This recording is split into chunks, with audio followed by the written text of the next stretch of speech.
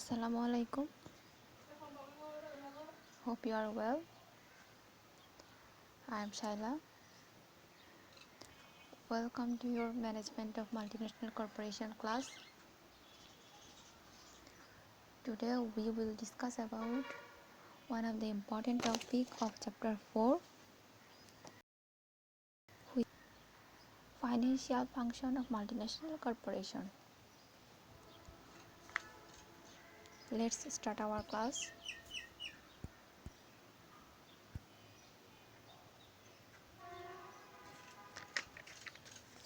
The treasury and finance functions. What is finance functions? The finance functions in the firm focuses on cash flows, both short term and long term. অর্থাৎ একটা কোম্পানির বা একটা multinational কর্পোরেশনের অর্থনৈতিক ফাংশনটা কিসের উপর ফোকাস করে? ওই কোম্পানিতে কী কী রিসোর্স দরকার, ওই রিসোর্সগুলোতে কী পরিমাণ ফাইন্যান্স দরকার, এটা ওভারঅল একটা কোম্পানির প্রোডাক্ট প্রডিউস করতে, প্রোডাক্টটা মার্কেট করতে এবং ওই প্রোডাক্টটার অ্যাডভার্টাইজিং করতে এই টোটাল প্রসেসিংয়ে যে বাজেট বা ফাইন্যান্সটা দরকার হয় সেটা অ্যালোকেট করা, প্রপারলি অ্যালোকেট করা, সেটাই হচ্ছে ফাইন্যান্স অপারেশনের কাজ। এখন একটা কোম্পানিতে যেরকম মার্কেটিং ডিপার্টমেন্ট থাকে, কাস্টমার ডিপার্টমেন্ট থাকে, অপারেশনস ডিপার্টমেন্ট থাকে, ঠিক একইভাবে ফাইন্যান্স ডিপার্টমেন্টও থাকে। ফাইন্যান্স ডিপার্টমেন্ট কোম্পানির ওভারঅল ফাইন্যান্সিয়াল অ্যাক্টিভিটিসগুলো ম্যানেজ করে।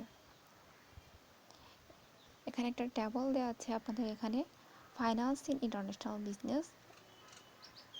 Finance is one of the necessary functions for implementing companies' international strategies. অর্থাৎ একটা কোম্পানির ইন্টারন্যাশনাল স্ট্র্যাটেজিগুলোকে বাস্তবায়ন করার জন্য ফাইন্যান্সিং হচ্ছে খুব গুরুত্বপূর্ণ একটা জিনিস।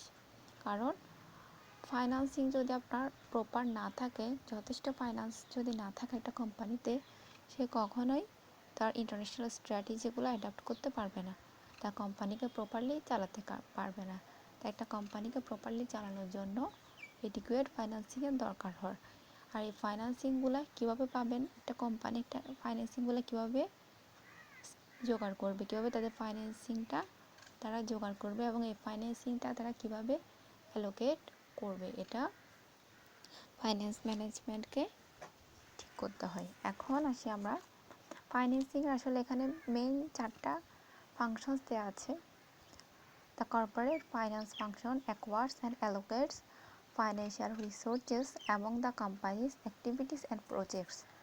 যেটা আপনাদেরকে এখন বললাম, কর্পোরেট ফাইন্যান্স ফাংশন হচ্ছে কি, একটা কোম্পানির অ্যাক্টিভিটিস এবং প্রজেক্টগুলো পরিচালনা করার জন্য ফাইন্যান্সিয়াল রিসোর্স অ্যাকোয়ার করা এবং ওই রিসোর্সগুলো প্রপারলি অ্যালোকেট করা। 4 কি ফাংশনস, আর 4টা কি ফাংশনস আছে ফাইন্যান্সিংয়ের। এগুলো কী কী? Capital structure, long term financing, capital budgeting and working capital management.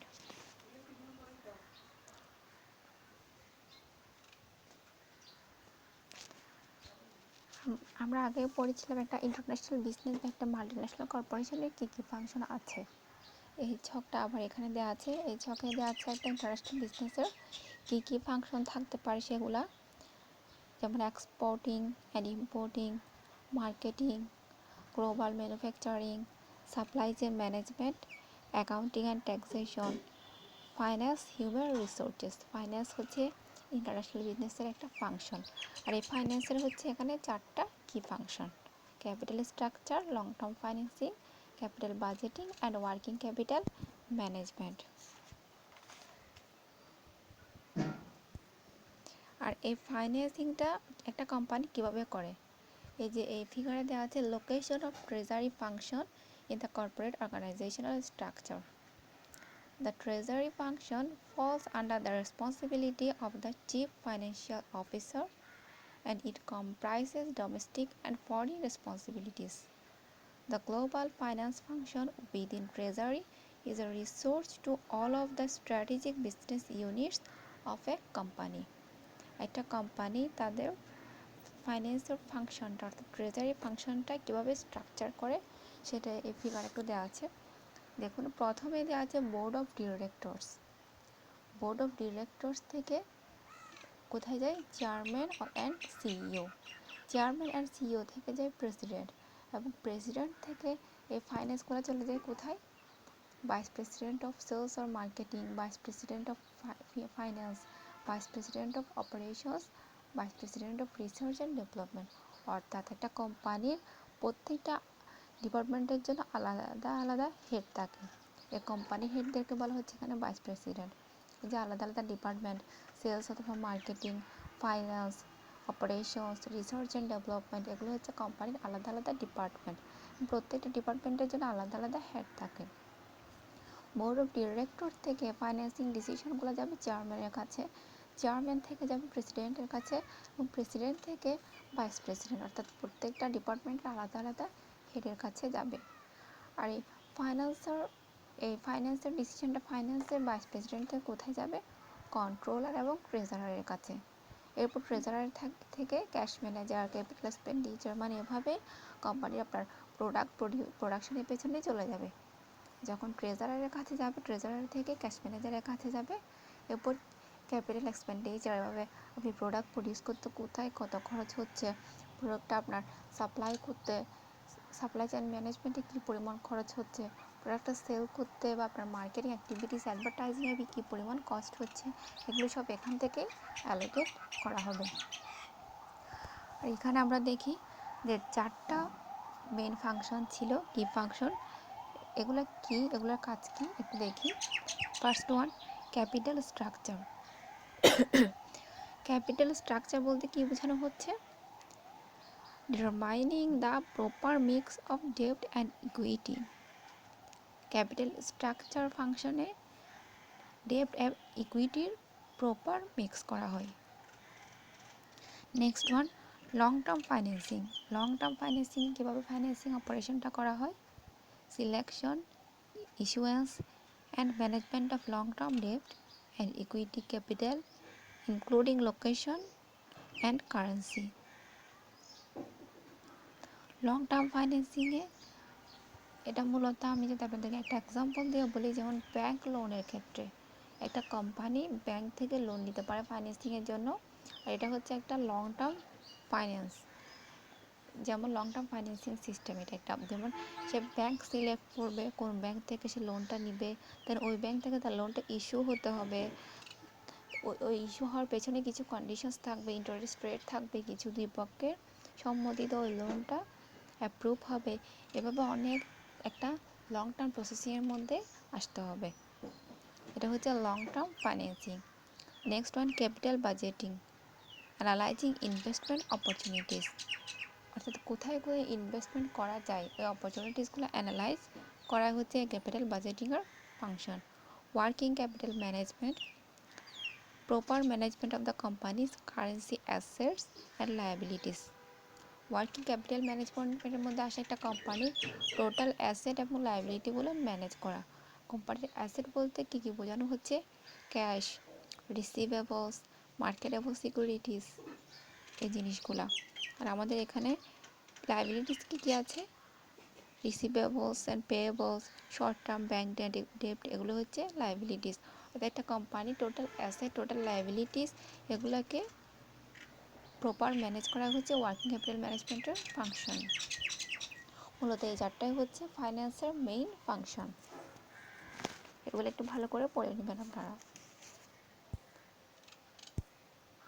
এরপর আমি নেক্সট টপিকে যাই, যেটা হচ্ছে ইন্টারনাল সোর্সেস অফ ফান্ড।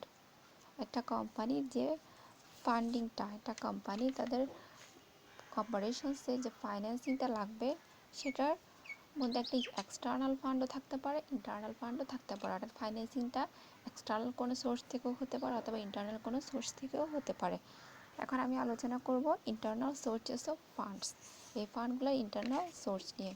অর্থাৎ ইন্টারনাল কোন কোন সোর্স থেকে কোম্পানিটা এই ফান্ডগুলো পেতে পারে।